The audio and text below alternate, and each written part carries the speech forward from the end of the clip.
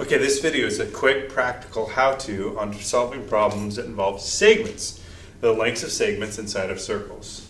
So here's how it breaks down. There's three basic forms. There's segments or chords that cross each other and attach to the other side of the circle, so they need to intersect the circle on each side. There are secants that go through the circle and intersect on the outside, and then there is in a case where a secant intersects with the tangent in the same manner. They have similar rules, but they're slightly different, and we'll see that. So first of all, when you have them cross on the inside, the rule goes like this. You take where it's split, and you look at the segments, the pieces of those segments, and you multiply those together. So in this case, 3 times x, or 3x, and that will equal what happens when you multiply the other two pieces of segments. So the two pieces here are 6 and 4 of the other segment. So 4 times 6 is 24. So 3 times x is equal to 4 times 6 is 24. And if I solve for that, divide by 3, x is equal to 8. So that would make that 8. So that whole segment would be 11. That whole segment would be 10. So that's how that works when they cross inside. Now when they cross outside like secant lines, it's related, but it's a little bit different. Here's how it works. So what you do is you take the outside segment, so in this case 8, and you multiply it by the whole thing. Meaning from here where they cross all the way to the other side of the circle. So that's not x, that's actually 8 plus x. So I'm going to go 8 plus x, and that's equal to, if I do the same thing with the other piece. Take the outside 7, and I multiply it not by 10, but by the whole thing. And that's 7 times 10 is 17. So you can see in this case it's going to be something maybe requiring a calculator, because your answer is not going to be usually a simple number. So here we go. I'm going to distribute. So I got 64 plus 8x is equal to 7 times 17. That's 119. You guys have to check me there. So 70 plus 49, yes, 119. So now I'm going to subtract 64 from both sides and get 8x is equal to, looks like 55. That almost came out right. And then I divide by 8. And in this case, 55 and 8, those don't reduce. So my answer is going to be x is equal to 55/8. Or if you were to write that as a decimal, if you needed to add numbers or do something in decimal approximation, would be 7.875. Or actually, I just got that wrong. It's 6.875. There we go. Okay. But as always with geometry, unless they ask for a decimal form, the improper form is totally acceptable. Okay? So that's how you do those ones. Again, it's the outside piece times the whole piece. Okay?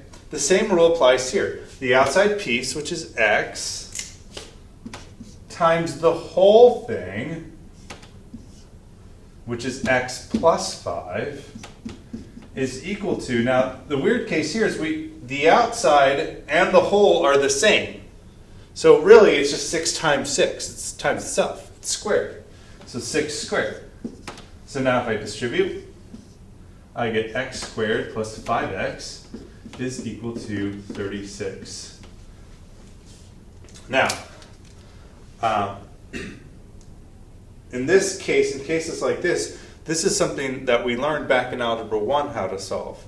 And so this one, what I'm going to do is I'm going to first set it equal to 0. So I'm going to subtract 36. Remember, another way of doing it is saying, hey, it's positive over here. If I put it to the other side, it becomes negative. So x squared plus 5x minus 36 is equal to 0.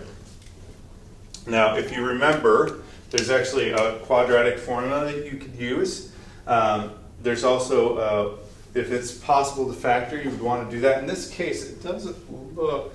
Actually, you know, yes, it will. It will factor. So I'm going to erase all of this so that we have space to really see this. So I'm going to rewrite that up here. So I've got x squared plus 5x minus 36 equals 0. Now, I'm going to remind you of the long way of factoring quadratics because it works in all cases. If I showed you the short way, it would only work in this case, but not all. So here's how it goes. First, you identify that the quadratic's in this form, ax squared plus bx plus c equals 0. So you identify each letter. So a is 1, b is 5, c is negative 36. That's step number 1. Step number 2 is to multiply a and c. So 1 times negative 36, negative 36. And maybe this is coming back to you. You make a chart. And I would always start with 1. So 1 times negative 36, 2 times negative 18, 3 times negative 12, 4 times negative 9, 6 times negative 6. If I keep going, it'll just reverse the orientation. And then I ask, which of these numbers, when I add them together, is equal to 5, is equal to that middle number? Well, none of these adds up to 5 unless I change the sign. So if I make this negative and that positive, well then that multiplies to negative 36, adds to 5. So the next step is to take this original thing and we're going to split it using that. Again, the reason I'm reminding you is because you're going to need to know this as you keep going, and this problem is this is what it requires. So here we go. So x squared, I keep the first one the same, and I take that second piece and I split it using this. So 5x becomes negative 4x from that number, and positive 9x plus 9x from that number. Because if you see negative 4x plus 9x is 5x. And then I don't change anything else in the problem is equal to 0.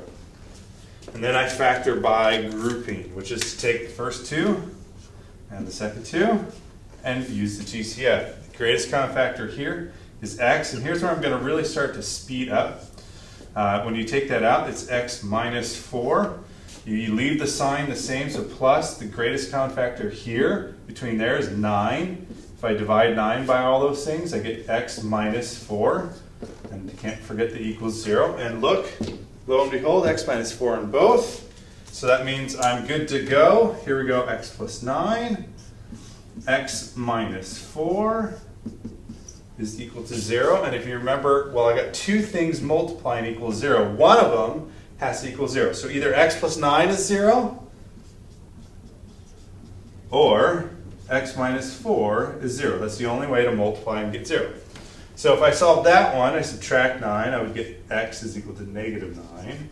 And if I add that one, I would get x is equal to 4. Now, in algebra, both of those answers are okay. In geometry, that's not true. Because x represents something, it represents a length. And it's not possible for that to be a negative length. So the answer to this question is 4. X is 4. And to verify, you can go, well, the outside piece, which is 4, times the whole thing, 4 plus 5 is 9. So outside 4 times 9 is 36, should equal 6 times 6, which is also 36, so it works out. So you can see this one's a relatively simple problem that requires a more complex algebra solution that you learned last year.